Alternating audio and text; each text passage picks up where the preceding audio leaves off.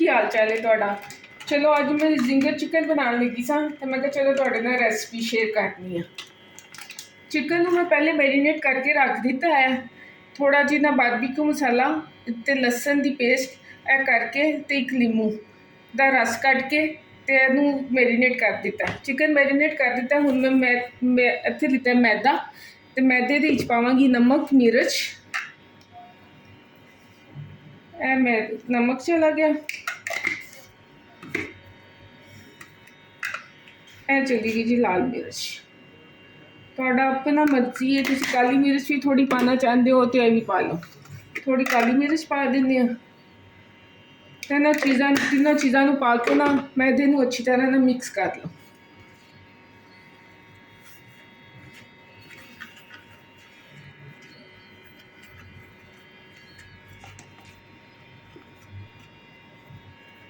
Chicken ginger बनावांगी ते नाल ना मैश पटाटो बनावांगी। मैश पटाटो वास्ते भी है, देखो मैं आलू उबाल के इन्हां नूं मैश कर दिता। सारे आलूओं नूं अच्छी तरह मैश कर दो ते बाकी फिर मेरे नाल रवो, अगे अगे तुहानूं दसदी जानी। ए देखो नाल ही मैं ना सूप भी रखा है। मौसम तो सूप वाला नहीं हैगा, लेकिन मेरी बेटी का दिल कर रहा सी सूप पीन ते मैं कहा चल मैं अज इहनूं सूप बना देनी है। ते नाल सूप भी रखा है। बस ए कॉर्नफ्लोर में मिक्स किया सूप नूं फाइनल टच देने वास्ते। ए देखो ए कॉर्नफ्लोर पानी च मिक्स करके तो हुण मैं इहनूं इहदे च पा दांगी। थोड़ा थोड़ा करके पांदी जावांगी।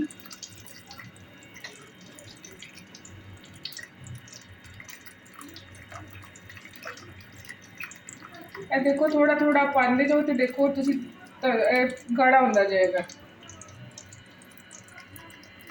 ए देखो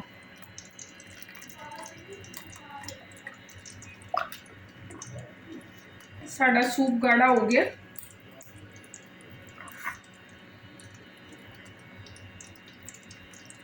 चलो जी मेरी बेटी वास्ते तो हो गया जो सूप तैयार।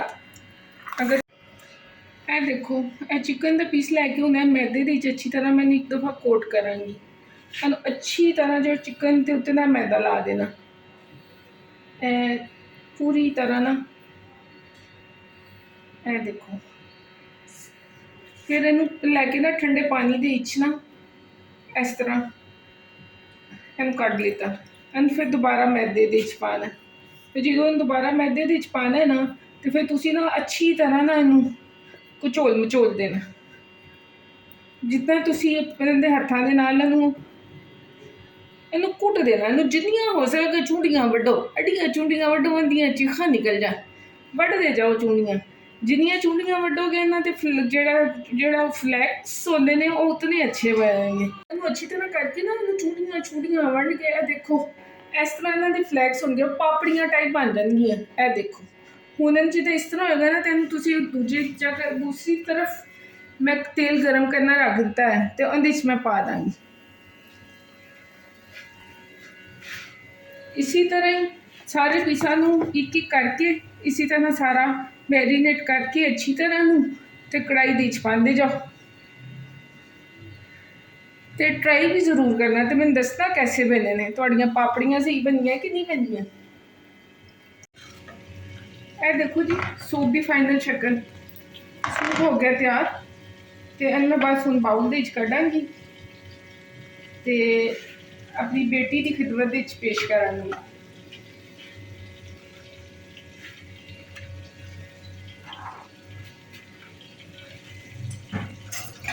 ए देखो चिकन तकरीबन हो गया है। देखो जो पूरा तैयार होएगा तो तुहानूं दिखानी है। देखो उत्ते पापड़ी आ गई।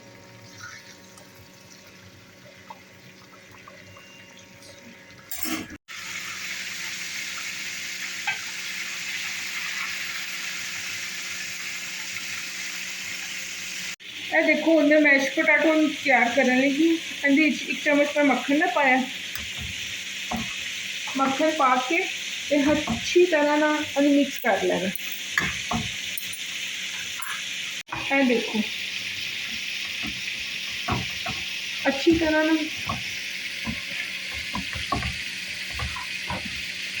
अच्छी तरह मैश करना है कि कोई गुटली सुटली ना रहे अंदर आलूआं विच। ਇਹ देखो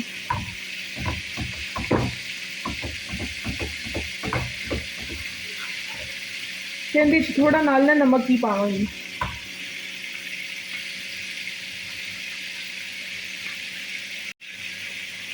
कहते थोड़ा नमक ही पावांगी। मैं मिल्क पैक की लीती है, तुसी जिहड़ी मर्जी लै लो जिहड़ी तुहानूं अच्छी लगदी। तकरीबन अद्धा पैकेट मैं क्रीम का पा दांगी। फिर इनू अच्छी तरह ना मिक्स कर देना। तुहाडी मर्जी इहदे च बस काली मिर्च भी पाते हैं, लेकिन मैं सिर्फ नमक पाया। इनू अच्छी तरह मिक्स कर दो कि क्रीमी क्रीमी शक्ल ही आ जाएगा। ये देखो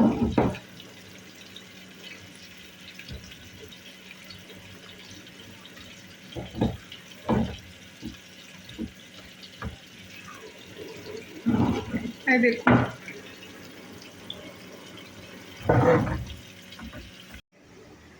ਇਹ देखो जी मेरा मील हो गया जी पूरा तैयार। ਇਹ चिकन नाल मैश पोटैटो ते नाल सूप बनाओ ते मज़े मज़े नाल खाओ ते अपनी दुआवां विच याद रखो। रब राखा। हसदा रवे पंजाब, सदा वसदा रवे पंजाब।